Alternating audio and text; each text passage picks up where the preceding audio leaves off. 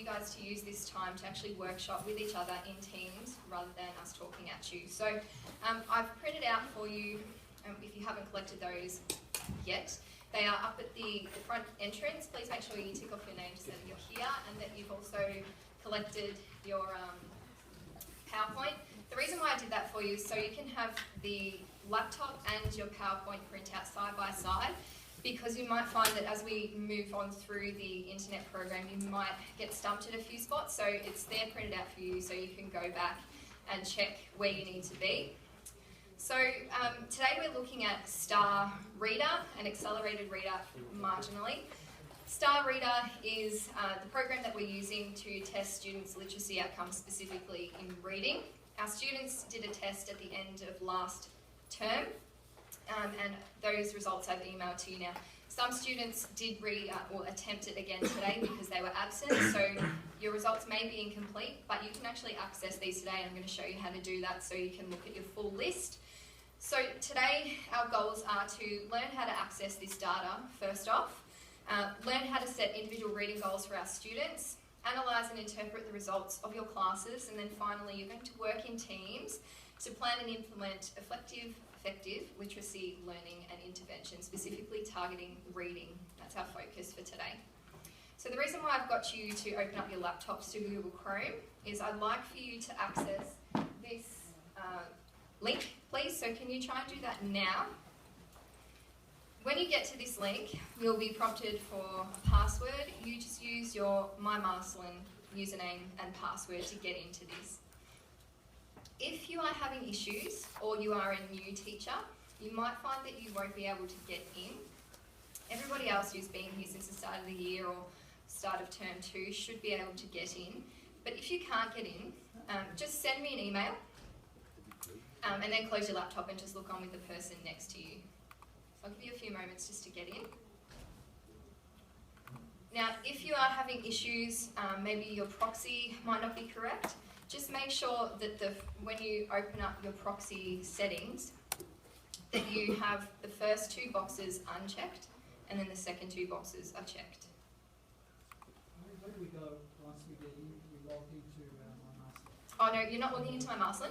You're logging into this link up here, but you're using your MyMarcelin details when you get to this website. So just type in that. That's correct, yes. Now, I've got some Explore teachers and some English teachers in here who have already trained in part of this, so if you are having issues and they're around you, they might be willing to give you a hand.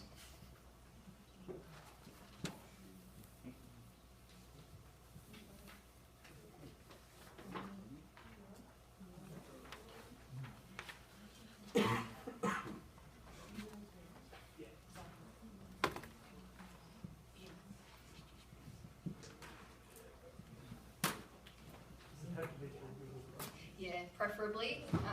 Adrian Beale said that it's optimised for that platform. Did? Yeah. You can try other explorers, but yeah, it's preferred to be Google Chrome. So you logged in? Great, okay. Can I just get a show of hands? Who's managed to log in? Excellent. All right. So for the rest of you, you have that printout there. So if you need the link still, it's printed on that sheet. So I'll just move on to the next slide.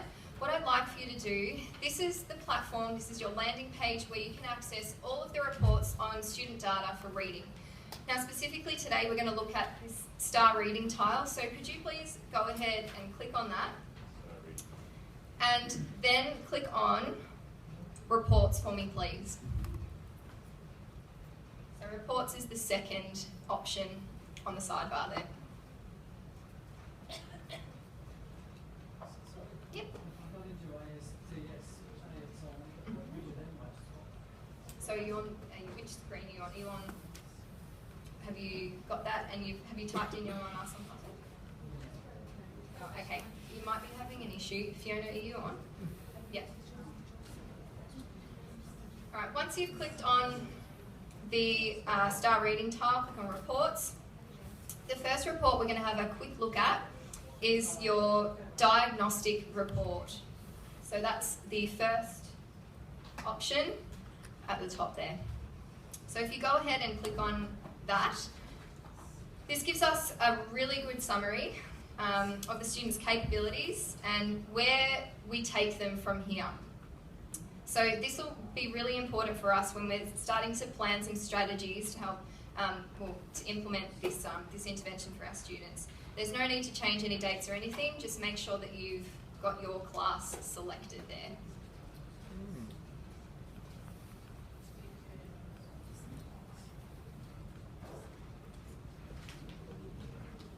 So some of you might have up to 3 or 4 classes, so to access all of that data at once can be a bit overwhelming, so I suggest doing it a class at a time. That way you've got the data separated. And what you should end up with is a PDF that looks exactly like this, just a fraction different in terms of the numbers. Now, along the top here, we have a number of figures. I've sent you an explanation of these figures in more detail, but I'll go through those with you today just briefly, and there's a reading there for you just to look through if you need something to check back on. So the first here is our normed reference scaled score. I'll explain these in a moment. The second is the percentile rank. Third is your percentile rank range. Now this NCL reading, please just ignore that. It's this program is shared across New Zealand, the UK, Australia and the US. They haven't got enough data for, or they haven't added in our Australian curriculum as yet, so just ignore that for the moment. You have your reading age there. We don't have this oral reading here, so ignore that. Scaled score, there's ZPD for reading, and then the Lexile measures here. So this information we're going to use to help strategise to actually improve our students' reading. Below here is an outline of some strategies that we can put in place in order to improve our students' reading. Has everybody been able to access that? Anybody having trouble still? Great. Damien, do you want to sit next to somebody who can get on? Maybe Sandra might be able to help you. Great, awesome. Also of interest here is how long it takes the student to do the test. Now they've said that it should take them around about 20 minutes. If we've got students who are taking much longer, this is a timed test and it will time them out. We can allow extensions for students, but that's obviously a teacher by teacher basis based on how they think whether we've got some special needs students or not.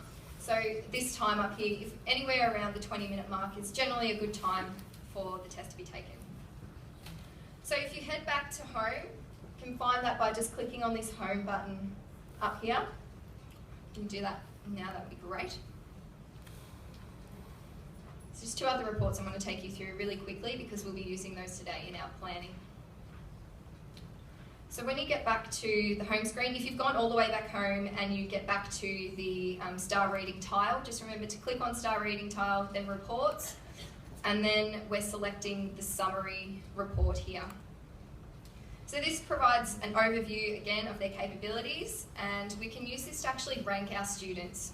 So it doesn't give us all the dot-pointed reading strategies, but it's an overview.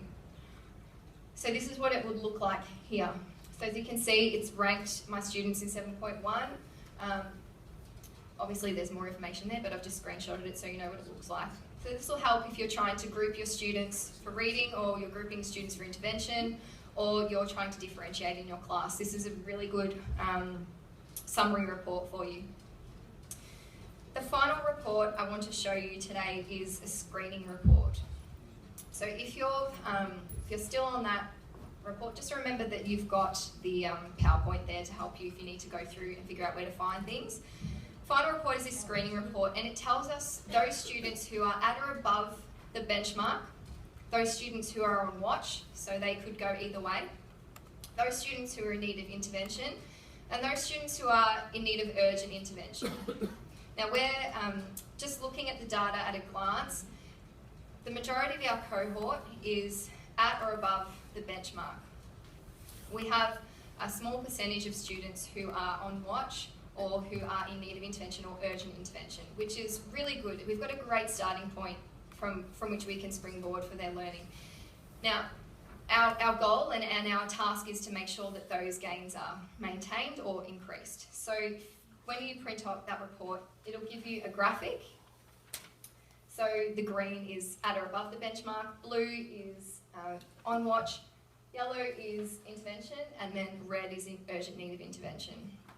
Then you can drill down a bit more and it gives you information exactly on who is in which category. So as you can see, in 7.1 there isn't any that have been identified that are in need of urgent intervention, but there is one who is recognised for intervention and a number which are on watch. The rest are at or above the benchmark. So again, this report, this screening report, will help you figure out who you're going to target specifically, and then of course those ones that are at or above the benchmark, how we can extend those students. All right. Sorry, Ellie. Yeah, Sorry, sure. can you just repeat how you got into that screen? Yeah, of course. Sorry. So if we're on this, we select the star reading tile, then reports, Yep. and then it's screening.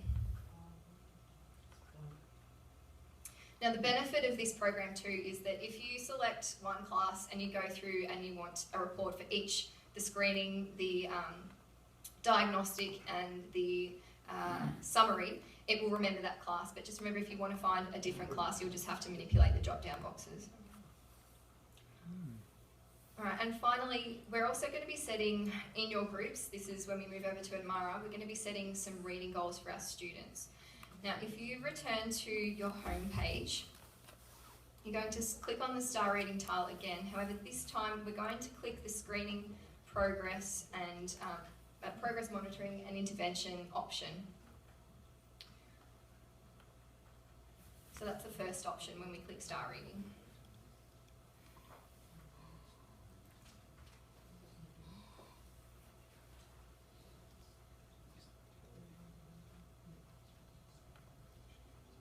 So once you've done that, you should get a screen that looks like this. Of interest for you will be the class section. You'll need to click on the drop-down box there and select which of your classes you want to have a look at. Now, when you're working in your core groups,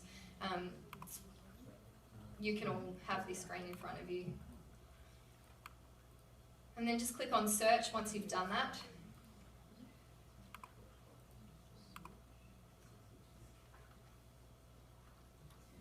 Now you'll be presented with a screen that has your whole class at a glance, and in addition their percentile rank along with the colour coding. So remember that green is at or above the benchmark, blue is on watch, yellow is in need of intervention, and red is in urgent need of intervention.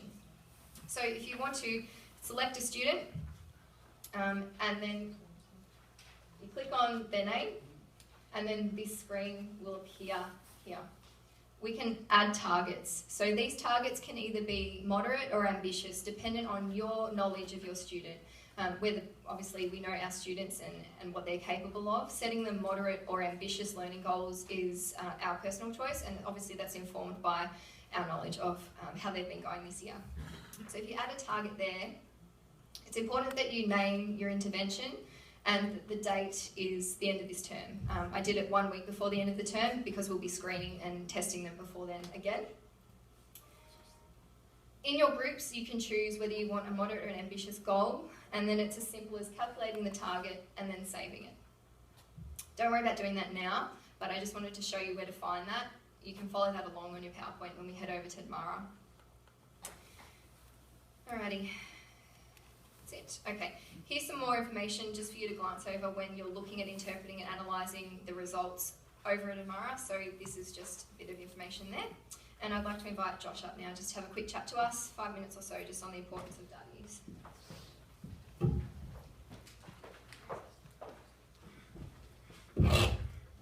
Thank you, Ellie. From what I can see here, it looks like an absolutely amazing program, and having everyone in the room here, it's testament to the fact that we've moved past the idea that literacy is the work of the English classroom.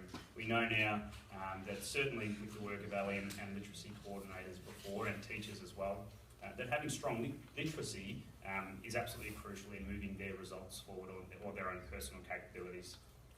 We know that ACER believes that evidence-centred decisions within schools is absolutely crucial to moving student achievement. The use of data for us at Marsland College, whilst it's not new, We haven't been, I wouldn't say that we've used it in great depth, or we haven't had it really well explained, or had a program like this which really steps it out for us. And I think this program certainly does that for us. And Ali doing this presentation today is a start of demystifying the use of data within schools, which is absolutely crucial. Being able to rank the students within the program, I believe will allow us to have further intervention as they go through the college. We'll be able to see where students are at when they begin, and then obviously by moving them, by hopefully moving their capabilities forward, will be absolutely crucial for us.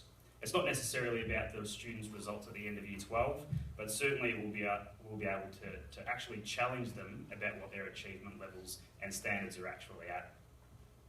For me, I think that this is great because when the students are reading, it'll also give us an opportunity to actually do some professional reading if possible, or even some reading where that you're actually interested in as well. So that's some real key time that we can look after ourselves in our own professional and personal development.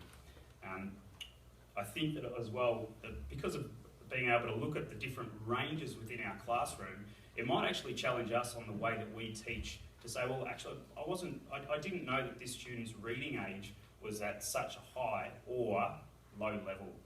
I think that will be an amazing change to the way we approach each individualised program.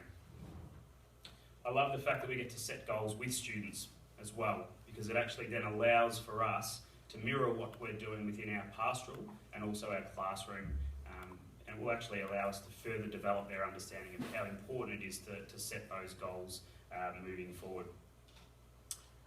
The way that Ali's obviously explained it today, I know that there might be some challenges for some people with the way that they're accessing their laptops, and if there's anything at all that I can do, I'm sure Ali and Roseanne as well, if we can support you further in actually using the program, please tap on the door. I'm always absolutely open to any support there, but I think that Ali explained it fantastically well with that presentation. From me, that's really all, but I just wanted to thank Ali for the way that she's accessed the data and been able to really look at something which is based in research. Based in research is absolutely crucial for us as educators. So thank you, Ali, and I think I'm passing over to Roseanne.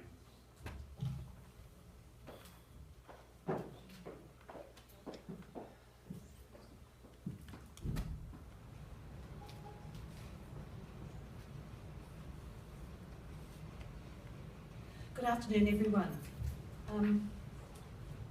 I've been asked to present to you today on strategies to improve reading. The two main goals as literacy teachers are, one, to improve reading strategies, but equally important is to develop a love and an interest in reading. The strategies I'm going to mention today can be applied to any reading level. I'm mindful as a group that you all come with a different knowledge base with literacy development, so please forgive me if I do present at too high a level or too low a level, but I do encourage you to stop me and ask for any clarification on the way, please, so you can get the most out of this presentation as possible. I came across this diagram last year and I thought it was great because it illustrates how complex reading is. If you have a look on the far right-hand side, that's the skill of being able to read. On the left are all the individual skills, and all these skills are needed together to be able to read and to make sense of reading. So it's a really complex task, and I think we forget how complex it is for some students. If a student isn't reading well, it's usually not because they're being lazy. It usually is because they're missing at least one or more or all of those skills. Therefore, the task of reading being difficult and laborious for some, just like adults, if it's laborious, if it doesn't come easy, we're not going to spend our own time doing it. Therefore, if it is hard and students won't automatically be interested in spending time to read. So therefore, it's up to us as educators to make time for students to read whilst they're at school, and we do have a responsibility of developing their reading skills. Just for my presentation today, I've chosen to focus on just 4 areas of reading, and I want to describe strategies for each of those areas. So that we're all very clear, let's make sure that we know what each area means. Fluency is the flow of reading, how reading should sound, and it's about reading the actual punctuation, not just the words. Decoding is about working out the letters. What are the letters inside of those words? What are the letter combinations? What do they say? So how does that say or make up the word? Understanding what the actual words mean, being able to picture the meaning of the word is crucial to be able to comprehend anything you're reading. And subject-specific vocabulary, this is the vocab that you would use in your subject that these students wouldn't necessarily come across unless they are doing your subject. There's a number of students that don't have fluency. They may be able to read the words, but they don't have fluency, and they might read a text like this. Have you got it, whispered Grandpa, Joe, his eyes shining with excitement, Charlie, nodded and held. So as you can see, the student's reading the words okay, but there's no fluency, there's no reading of the punctuation, therefore there's no comprehension of what that text is all about. If they're taught how to read fluently, they have an ability then to comprehend, and we can actually teach fluency. It can be explicitly taught. Students just need to be shown how. So we can't say to Johnny, can you just read that again but read it more fluently? Because they don't know what you want them to do. So it's really important to show them how it should be read, but also how it should sound when you're reading it. Reading should sound like you're talking, and that's being fluent. We don't often give students the opportunity to read the same passage of text a number of times. They're usually asked to read it once and then they never see it again. Repeated readings is backed by research, and the background into this activity is the understanding that for some students, the first time they read a passage at their instructional level, that's the level at their reading ability, all their mental energy is going into trying to decode the words, looking at letters and letter combinations and trying to make sense of all of that. They don't have the mental reserves on that first reading to take in all the details, to look at the fluency and the comprehension. If they're allowed to read that passage on a second try, they now know some of the words, it's a little bit more familiar to them, so they have a little bit more energy to concentrate on other areas, perhaps the punctuation. On the third reading, they're able to orchestrate everything on that page, and they don't need to concentrate on single words or single letters because they're more familiar. So therefore, on the third reading, they have a lot more success. And this, of course, creates a lot more confidence. So exposure to the same text is a really powerful tool. Repeated readings can actually be done as a proper reading program, and that would be where you as a teacher might pick 150 words or a short paragraph or passage. Say to the student, I'm going to time you on the first reading and help them through that first reading. The time usually takes a lot longer. Then allow them to read it a second time, whether that's the next day or sometime later, and time them again. They will see improvement in the time, and on the third time they read it, there's even more improvement. So they get instant success and think, oh gosh, I can do this, and gain a bit more confidence. One of the main things I'd like to get across is, regardless of whether you do repeated readings as a formal program or not, to allow students to practice reading the same text passage a number of times is a proven way of improving reading skills.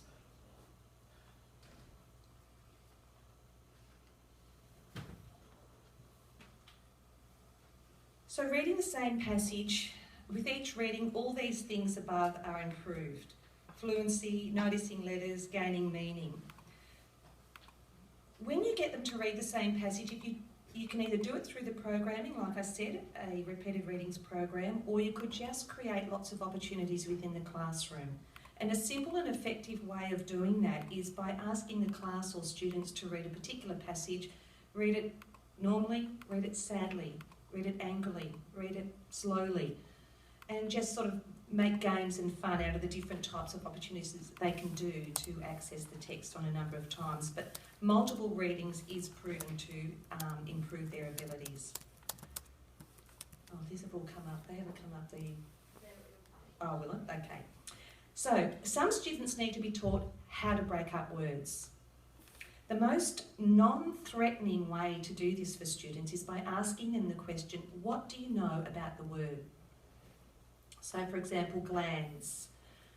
I'll go back one. They might say, look, I noticed there's an S on the end of that word. It actually starts with a GL, gl. And, oh, there's an end in the middle. So it is glands. So what you're doing is, the key to this is asking them what they know about the word, but the other key strategy with this is covering up the parts they do know, because when they cover up the parts they do know, they end up seeing they actually do know more parts because it's broken down for them. So in offended, it's got an ED, cover that up. Oh, I can see off at the start. It's got end in the middle, it's offended. Just doing that, for example, with the word particular, they might know are, they might know part. I keep pressing the wrong arrow button, I'm sorry. And in the middle, they might not know that part, and that's the part you teach them and go, look, it's got ik and ul, so together it's particular.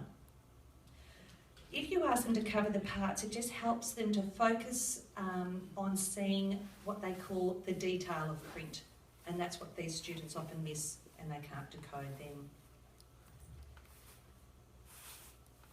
We assume students know common words when they're reading. When reading a text with students, I always ask, I'll pick up common words, not necessarily the hard words, but common words, and say, do you know what that word means?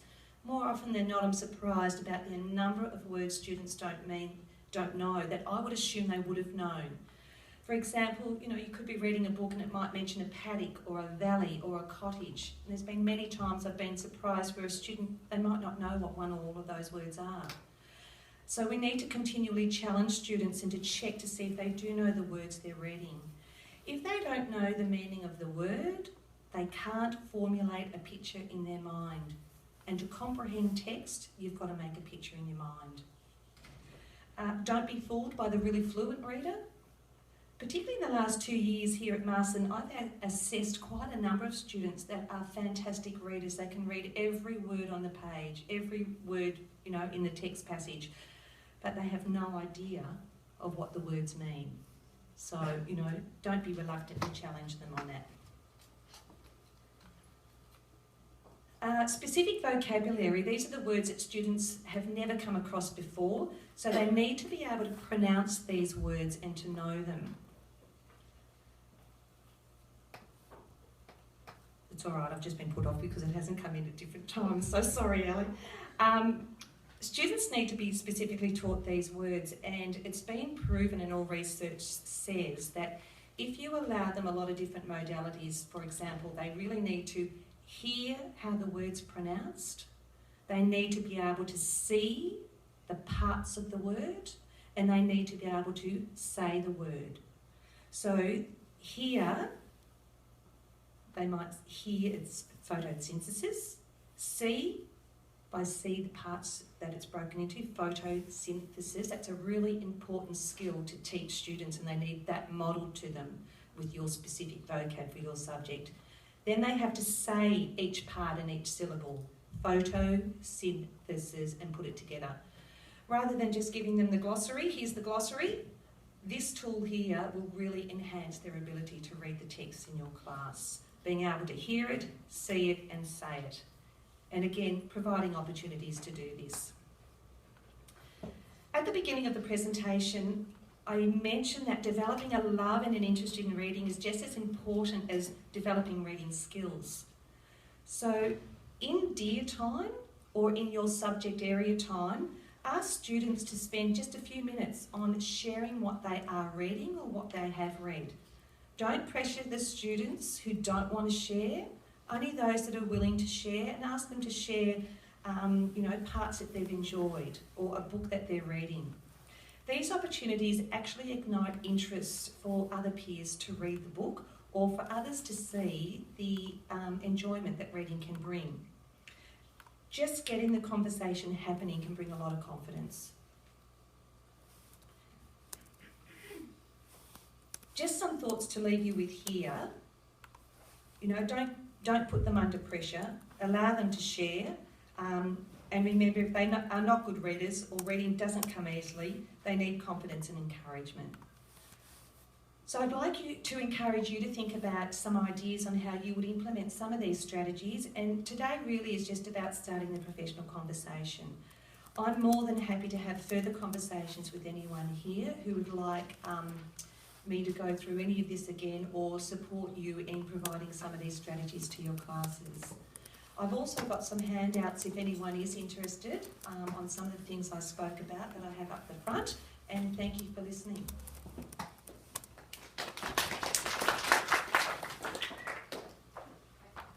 Final slide. So from here we're going to move over to AO1.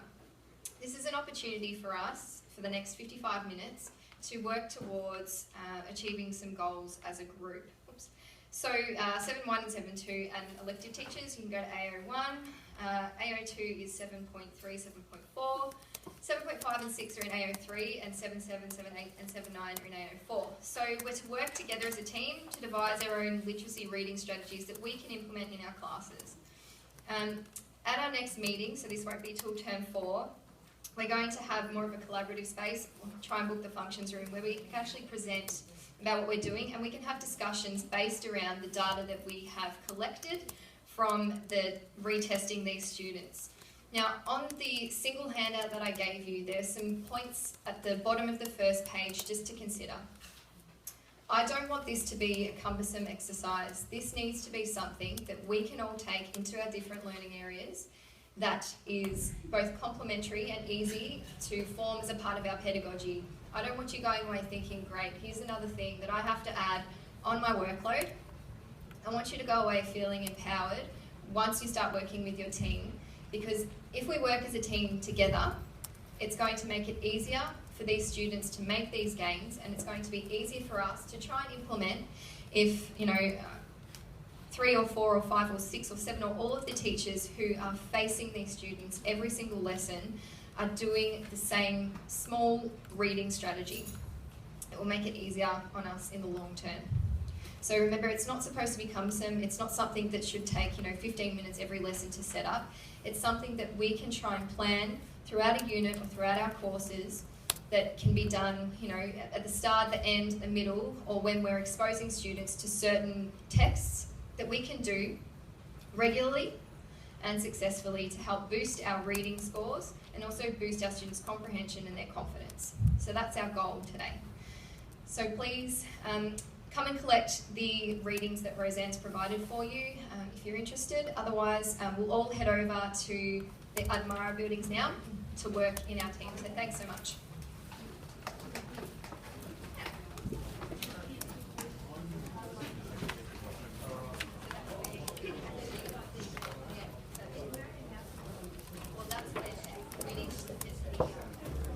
Sorry.